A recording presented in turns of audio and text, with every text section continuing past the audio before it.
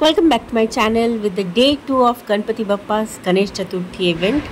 So, today second day. I am getting ready very quickly. I have taken a shower. But পুরো দিনটা hectic যাবে কেন কি first day কি বলবো ইমপ্যাক্টটা এখনো রয়ে যাবে তো I am looking quite tired though fresh and এখানে চট জলদি মেকআপ করে নিচ্ছি কেন করছি তাও বুঝতে পারছি না মানে করছি নাকি জানি না তো কুইকলি এই মেকআপগুলো করে নিয়ে লেগে পড়তে হবে ঠাকুরের আজকে আমি ভাবলাম এরকম রেড বিন্দিটা একটু সিঁদুরের টিপ দিয়েই পরি তো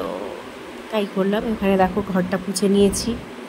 জায়গাটা এবারে ঠাকুরদেরকেও পরিষ্কার করে নিচ্ছি মন্দিরটাও পরিষ্কার করে নিচ্ছি ফুল কালকের যেগুলো ছিল কুচনো সেগুলোকেও ওখান থেকে সরিয়ে নিচ্ছি আর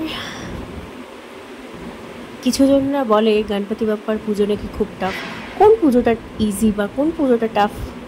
এ তো ঠাকুরের উপরে নির্ভর করে যে ঠাকুর কাকে চুজ করছে তার সেবক হিসেবে আর সত্যি কথা বলতে গেলে এইটুকুনি যদি ঠাকুরের জন্য আমরা কেউ কখনো বছরে কিছুদিনও না করতে পারি মানে বুঝতে পারছো তো কোথায় যাচ্ছে তাহলে জেনারেশনটা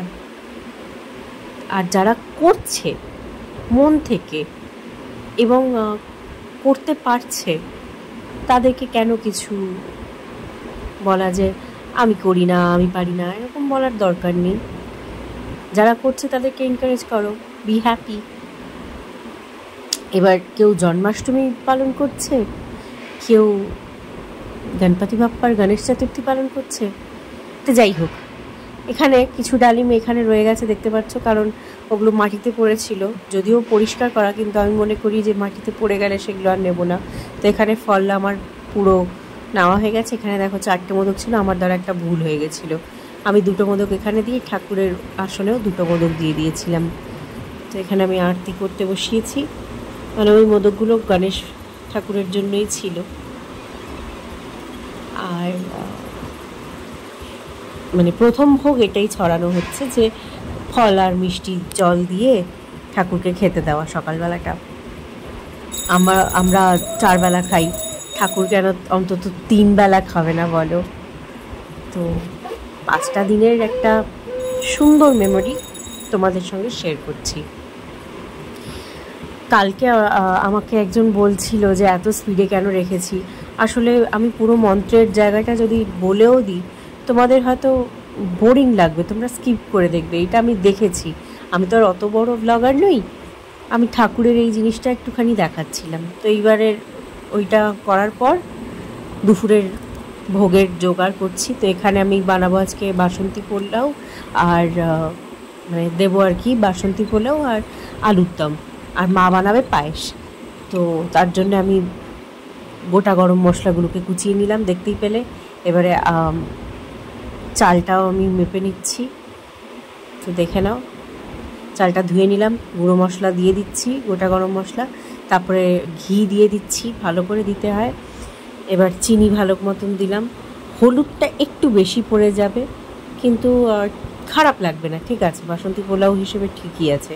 আর আমি গরম মশলা দিই অ্যাজ ইউজুয়াল কী বানাবো সেটা তোমাদেরকে দেখাবো না এক্স্যাক্টলি কিন্তু কী দিচ্ছি সেটুকুনি দেখিয়ে দিচ্ছি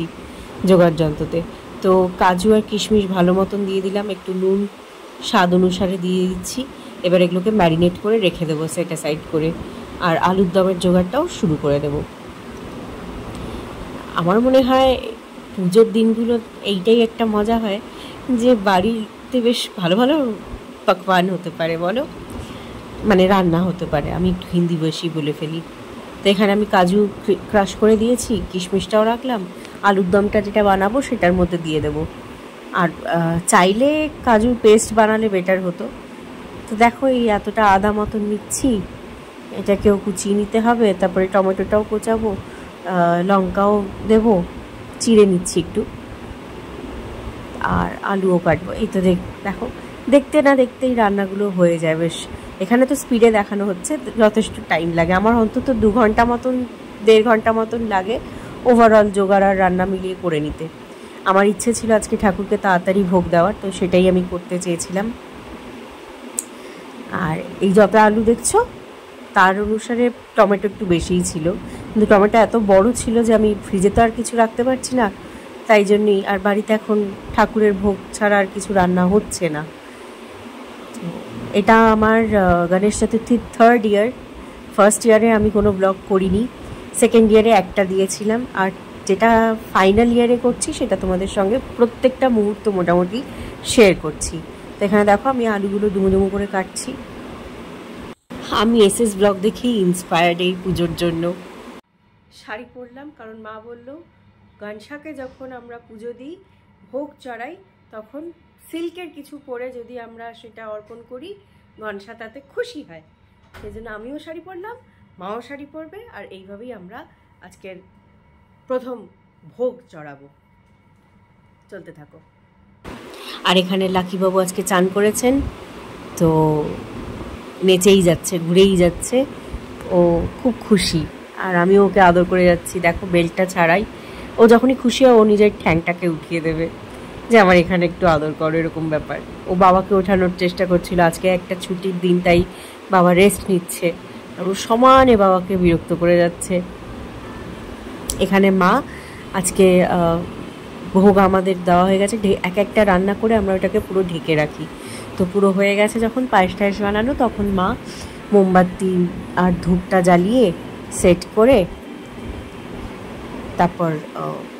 ঠাকুরকে ভোগ লাগানো শুরু করা হচ্ছে। তো অ্যাজ ইউজুয়াল ছাঁচ তো যাবেই, 1 গ্লাস জল, এদিকে পায়েস, আলুর দম আর বাসন্তী পোলাও। ওখানে আমি মন্ত্রটা দিয়ে দিয়েছি যেটা আমি পড়ছিলাম, তোমরা যদি টিভিতে দেখো তাহলে ওটা জুম করে পেয়ে যাবে। আর তোমাদের যা মনোকামনা আছে প্লিজ ঠাকুরকে জানিও, আশা করি সেটাও পূর্ণ হবে। পরে আবার দেখা হচ্ছে, টাটা, বাই, সাবস্ক্রাইব।